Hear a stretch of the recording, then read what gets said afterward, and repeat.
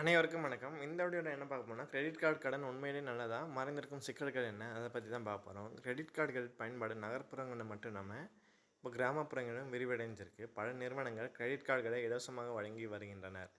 மேலும் நீங்கள் குறிப்பிட்ட வரம்பு வரை செலவு செய்தால் வருடாந்திர கட்டணமும் தள்ளுபடி செய்யப்படுகிறது. இருப்பினும் இந்த சலுகைகள் மற்றும் ரிவார்ட் பாயிண்ட்டுகள் நல்லதாக தோன்றினாலும் கிரெடிட் கார்டுகளின் பயன்பாடு கடன் அதிகரிப்பு வழிவகுக்கும். இதிலிருந்து எப்படி தவிர்ப்பது, ஏன் மக்கள் கிரெடிட் கார்டு கடனின் வலையில் விழுகிறார்கள் என்பதை பற்றி இந்த வீடியோவில் பார்க்கலாம். இன்றைய சமூகத்தில் கிரெடிட் கார்டு ஒரு ஸ்டேட்டஸ் சிம்பலாக மாறிவிட்டன. அவை பல நன்மைகளை வழங்கினாலும் சில தீமைகள் கிரெடிட் கார்டில் இருக்கிறது. குறிப்பாக அதிக வட்டி விகிதங்கள். உதாரணமாக, தனிநபர் கடன்கள் உங்கள் கிரெடிட் ஸ்கோரை பொறுத்து 10 முதல் 16% வரை வட்டி விகிதங்களை கொண்டிருக்கும். மாறாக கிரெடிட் கார்டு வட்டி விகிதங்கள் 30 முதல் 42% வரை இருக்கும்.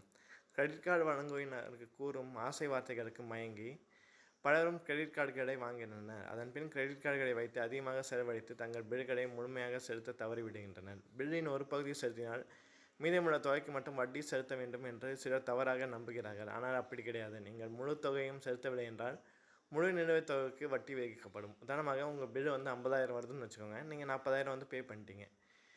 நீங்கள் மீதம் உள்ள 10,000 தான் வட்டி கட்டணும்னு நினைப்பீங்க. ஆனால் அப்படி தான் கிடையாது. நீங்கள் 50,000 முழுவதும் வட்டி செலுத்த வேண்டும். கிரெடிட் கார்டுகளின் வட்டி வீதம் சும்மா 10-12% இருக்காது, 42% வரை அதிகமாக இருப்பதால் இது காலப்போக்கில் தாமத கட்டணங்கள் உட்பட குறிப்பிடத்தக்க கூடுதல் செலவுகளை ஏற்படுத்தும். கிரெடிட் கார்டு சிக்காமல் இருப்பது, கடன் வலையில் சிக்காமல் எப்படி இருக்குன்னா, கிரெடிட் கார்டு உபயோகத்தை குறைத்து தனிநபர் கடனை கருத்தில் கொள்ளவும். கிரெடிட் கார்டு கடனை நீங்கள் சிரமப்படுகிறீர்கள் என்றால் முதல் படி உங்கள் கிரெடிட் கார்டு பயன்பாட்டை குறைப்பதாகும். கிரெடிட் கார்டுகளில் அதிக நிலுவைத் தொகையை கொண்டிருந்தாலும் தனிநபர் கடனை எடுத்து கிரெடிட் கார்டு கடன்களை அடைக்க முயற்சிக்கலாம். ஏனெனில் கிரெடிட் கார்டுகளுக்கு 30 முதல் 42% வட்டி விதிக்கப்படுகிறது. அப்படி பார்த்தா தனிநபர் கடன்களை பொதுவாக குறைந்த வட்டி விகிதங்களை கொண்டுள்ளன. தனிநபர் கடன்களுக்கு சுமார் 12 முதல் 14% வரை மட்டுமே வட்டி விதிக்கப்படுகிறது. இதன் மூலம் நீங்கள் உங்கள் பணத்தை சேமிக்கலாம்.